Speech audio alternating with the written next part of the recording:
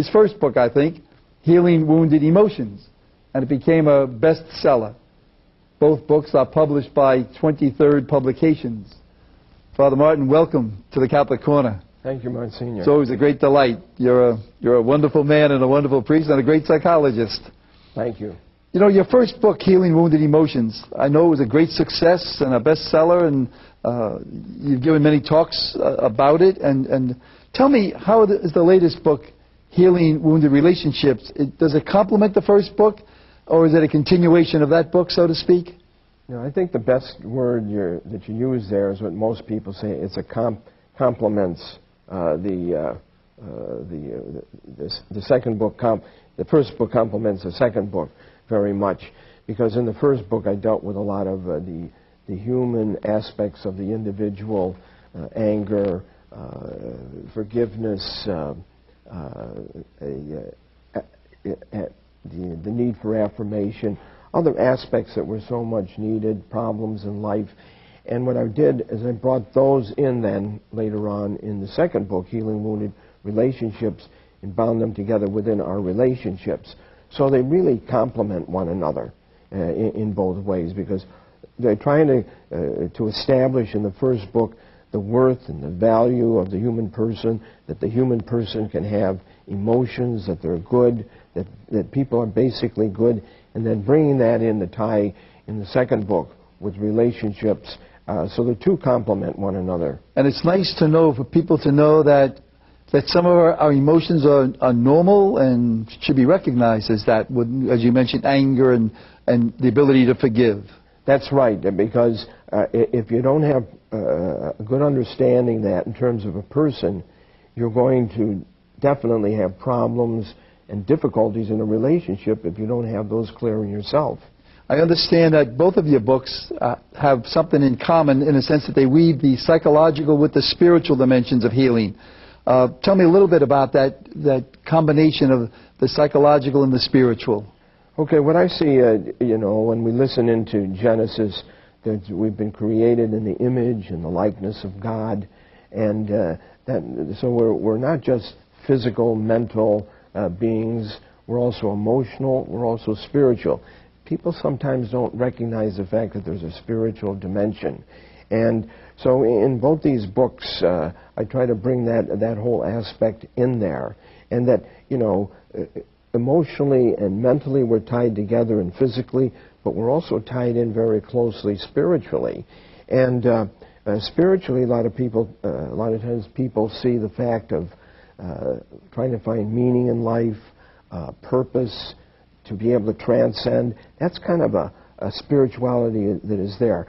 But we as Judeo-Christians, we see that spirituality even much more so in terms of through faith, that we find meaning in life, in both the good and the bad, that we're able to have hope, that we're able to realize there's a God who's present in our lives, who's working in our human condition. So that makes it's important for people to realize that when they're going through tough times.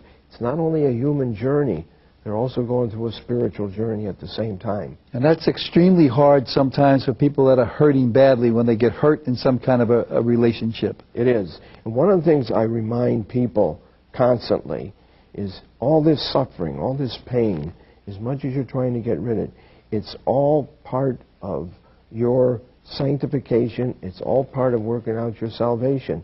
And even though that doesn't take the pain away, it gives a meaning to realize this is not useless. And that's an important thing that Jesus teaches us on the cross. But when people are in pain and broken relationships, it's hard for them to remember that.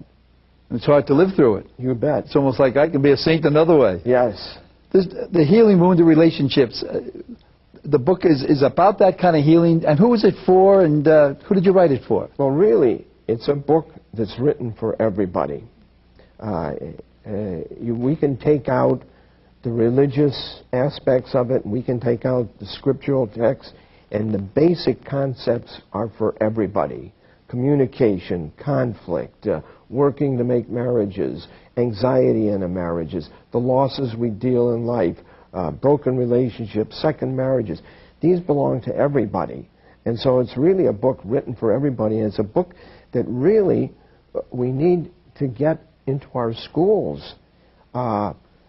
Whether you're educated or uneducated, poor or rich, these concepts are not taught anywhere. They're not taught. Look in the world we have, the people who are successful, the prominent people, no matter who they are.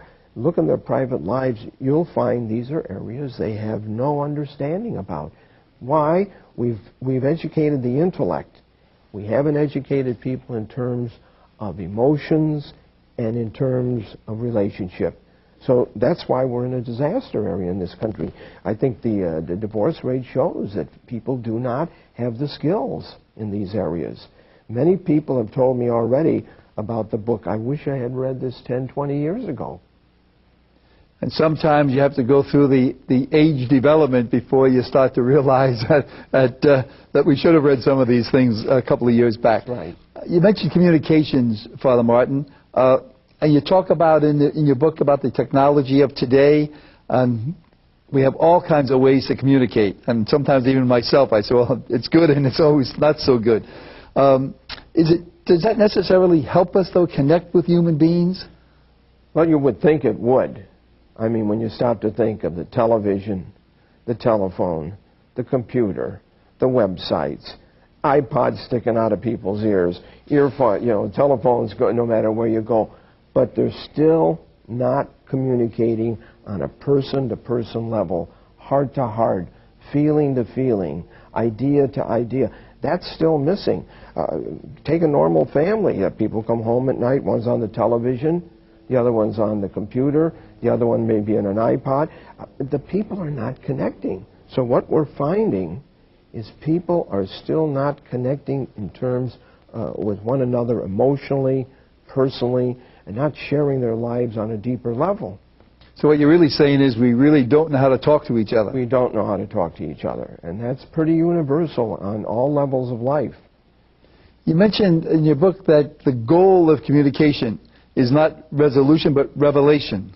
Yes. That's an interesting concept. Yeah, it is, and I never realized it was going to get so much feedback, but it's the truth. And where I began to learn that was when I was dealing especially with families, that they would come in, all sorts of misinterpretations, distorted ideas about one another, misunderstandings about who said what, and when they got together in a forum where they were controlled and moderated and made to talk and listen and help them to really find out what everybody's saying, what we found out is that people began to really get to know one another. They may not have agreed, but through the communication there was a revelation that I know you and you know me. We may not agree, but even a lot of problems were resolved in areas like that.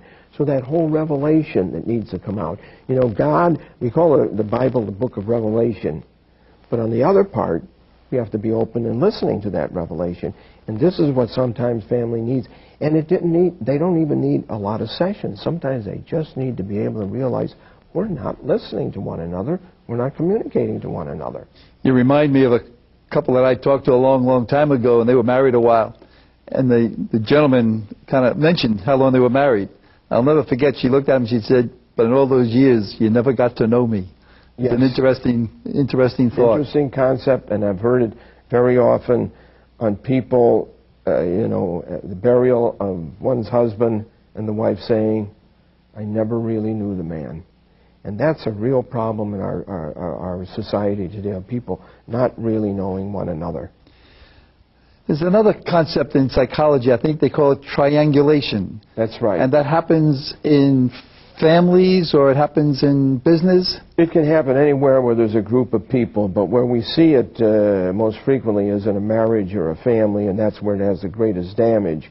Sarah comes home from school and says, well, her bike was stolen because she didn't fasten the lock well enough, and she tells Mom, but she's afraid to tell Dad. Now, what happens there? Does Mom go and tell Dad about what happened? Or does Mother listen to her and say, okay, Sarah, but you need to tell your father? But she's afraid of her father. She's afraid he's going to be angry and upset with her. So in a case like that, this is where the mother has to be able to say, now go tell your father, I'll stand back here and you let him know what happened. And no matter what happens, even if he does overreact or so on and so forth, that's teaching really communication. And triangulation is that Sarah goes through mom to dad, but what happens to the relationship between Sarah and her father? It never develops. And so often what we find in marriage is the inability of the wife to communicate with her husband because she's still dealing with that fear of being assertive with the husband because she wasn't that way in the family. So this is where it's a very important thing, and that can happen at work. You tell the boss rather than I should tell the boss. And different ways like that. We've got to get direct communication. I can listen to you, and at the end, in the long run, I can say, okay, now I want you to tell that person this. And very often, too, it's also the fact that we say, well, what's the use of telling that person? They're not going to listen. They're not going to change. They're not going to do anything. That doesn't make any difference. I need to tell him what I think, what I feel, and what I need.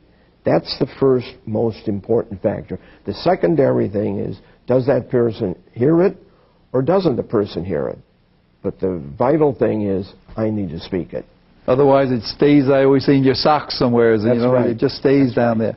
The triangulation, does that happen sometimes too, Father, when counseling is going on or something of that nature in a professional relationship? Sure, it can happen there. You know, where you got to be careful, whatever the profession happens to be. That's right. It's all over. It's a common failing that takes place in our society. Now, we speak a lot. We talk a lot. Yeah. At least we seem to talk a lot. Yeah. That doesn't mean that we always hear. What's the importance of listening and the art of opening yourself to the revelation of another human being? Listening is really one of the most difficult aspects in a relationship, especially in communication. And I know that from listening because I can listen to people now after almost 40 years of doing counseling, and I know actually what the problem is, but I've got to pull back. I've got to hold back. I've got to listen. What they need is my listening to their story. They're not interested in my solution. They want to be able to get it out and to be able to really express themselves about that. So it's an important art, and it's the most difficult aspect in communication. And I don't mean communication and listening, the other person's listening like a mannequin. No, asking questions, looking for clarification, letting them get things out, whether they agree or not, giving them their permission to really express themselves. So it's like active listening. You're really involved in that really conversation. Involved with the person. And that person knows it. And it sounds to me that what you do when you do that is give that person their self-respect, their self-esteem, that they say, you know, I must be important enough that someone, especially if it's someone I love, is really listening to me. That's right. There's a feeling like this person cares.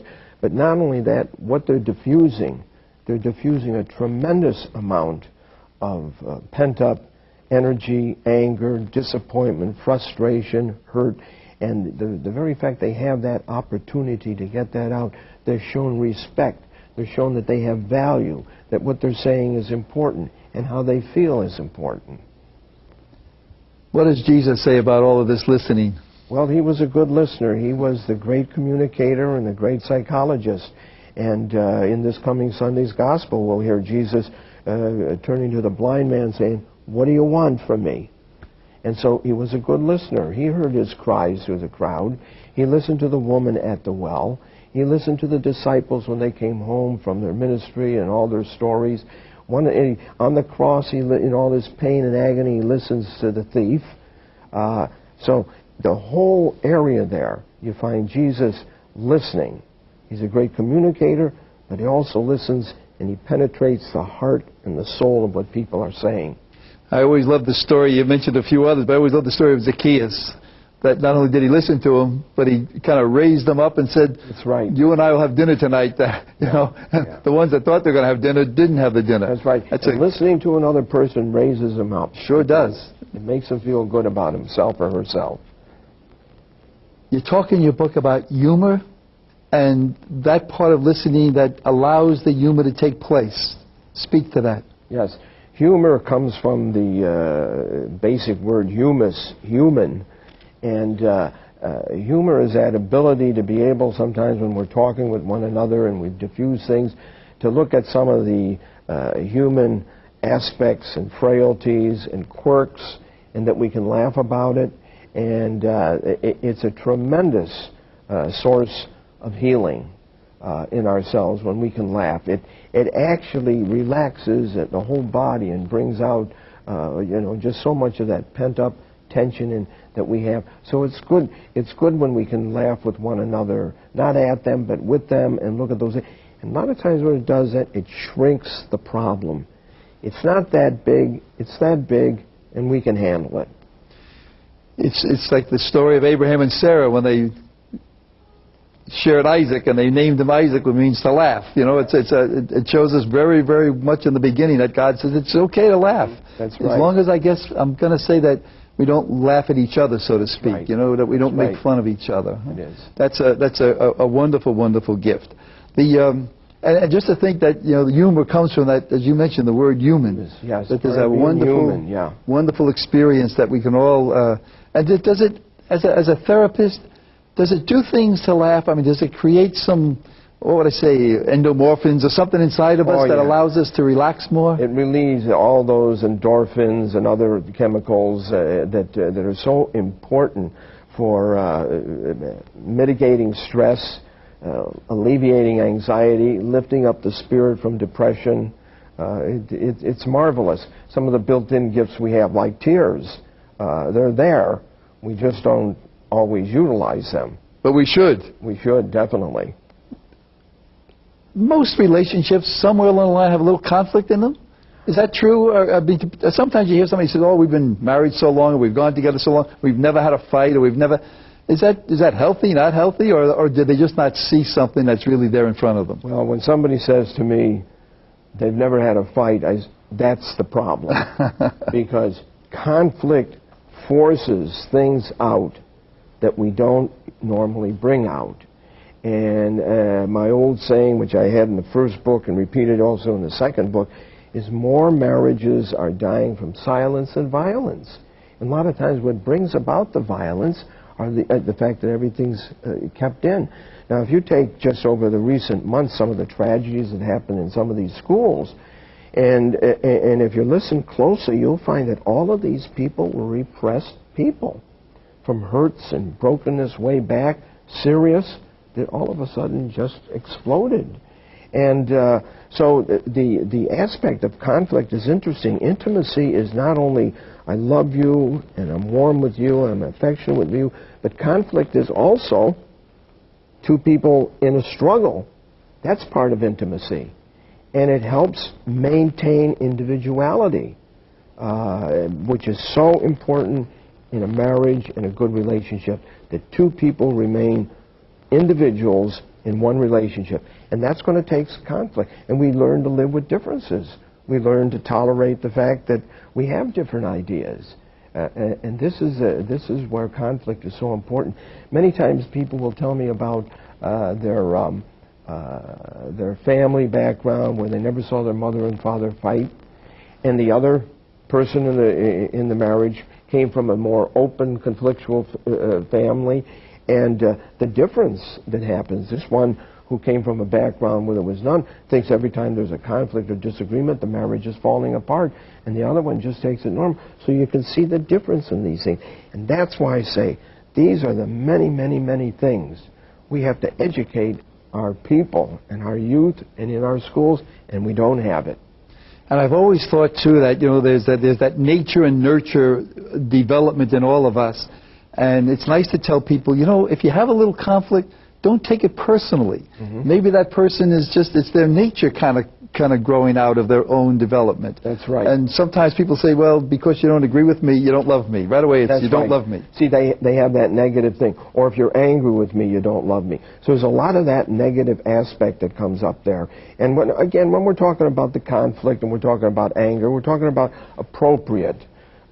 Sometimes it gets out of control. People have to back off and cool off and come back to the issue again.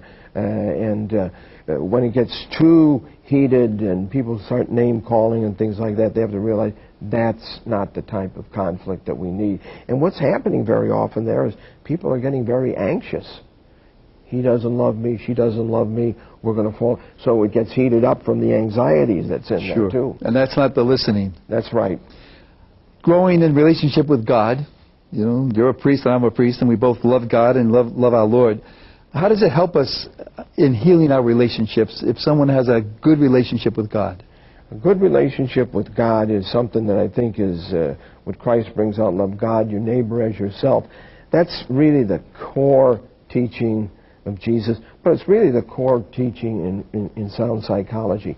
If I don't love myself, if I don't understand myself, if I'm not comfortable with myself and my feelings and what's going on, how do I expect to connect to somebody else? And how do I expect to be able to understand that there's a loving God? In the one chapter I have there that says the most important relationship is the relationship with ourselves. If I don't get along with myself, if I'm not comfortable with myself, if I'm not aware with myself, how am I possibly going to form another relationship? Because in a lot of counseling, what you're doing with the problems they're having, you really have to deal with the individuals and their brokenness and the problems that they have within themselves. Well, Martin, you have a couple of tremendous chapters in your book, you know, that deal with loss, the loss of a loved one, the loss of a significant relationship. What advice do you give to somebody who suffered a loss like that? Yeah, all areas. One of the things I've noticed over the years is the amount of losses that people go through in life. It's amazing. And the three categories that I see are the losses of ordinary life. I lose my wallet, I lose my job, the dog dies, I break a precious piece of glass that was handed down from my grandparents, and we have a tendency sometimes to slide over that. And these are just the idea that we're talking about. There's multiple losses. You don't deal with them. And then there's a horrendous loss of a loved one. Then there's loss of relationships, teenagers, relationships here, divorce. People need to kind of get in there and deal with these losses. They have to, first of all, be able to accept there is a loss, and then they have to process it. They have to go through. They have to talk about it. They have to deal with all the pain and hurt. And depending on what the loss is, it may take years and years and years till they can come to some resolution to where they accept it. That doesn't mean they forget the loss, but they accept it. So there's a lot of different levels, and one of the things in our society that is not addressed is losses. And what you find in most of the people that I talk to is they've got buried losses that they've never dealt with. Always there. Yeah. You also have a chapter on making marriage work and remarriage and family. Yes. That's another very interesting chapter. Well, I like that one a lot because one of the things that's very obvious is that people do not realize that you have to work on marriage. There's a kind of an unconscious or a semi-conscious level that it should just work. You have to work to become an educated and a professional person. You have to work at being a good parent. You have to work in succeeding in life.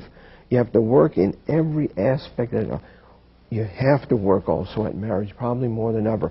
And what happens is there's so much work in people's careers, in bringing up family, that they neglect the fact that they have to work on this relationship. Very often people come in 25, 35 years married. They may want a divorce or they may not, but they look at each other and they don't know each other. They haven't worked at that relationship.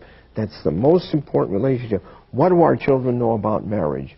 Only what they experience in the family and what they experience from their mother and father. That is absolutely so true. And forgiveness, we cannot be in a relationship without some forgiveness. You can't have that. I mean, that is the magic touchstone. That is really the great healer, to be able to forgive one another and to realize that it takes time to forgive, that it's a process. I forgive you, working through the emotions, finally letting go, and that we have to give each other that permission to work through this, that because I forgive you, that doesn't mean you're going to heal overnight, but it's a very important, and it needs to be expressed, and we need the children need to see mom and dad expressing it, and they need to hear it from their parents. How many times you'll hear people say, I never heard anybody forgive in the family in which I lived? It's the greatest course of discipleship, I think, is the family in a sense. When a family is wholesome and the children do grow up understanding many of the aspects that you're talking about. In chapter 5, you talk about the most important relationship.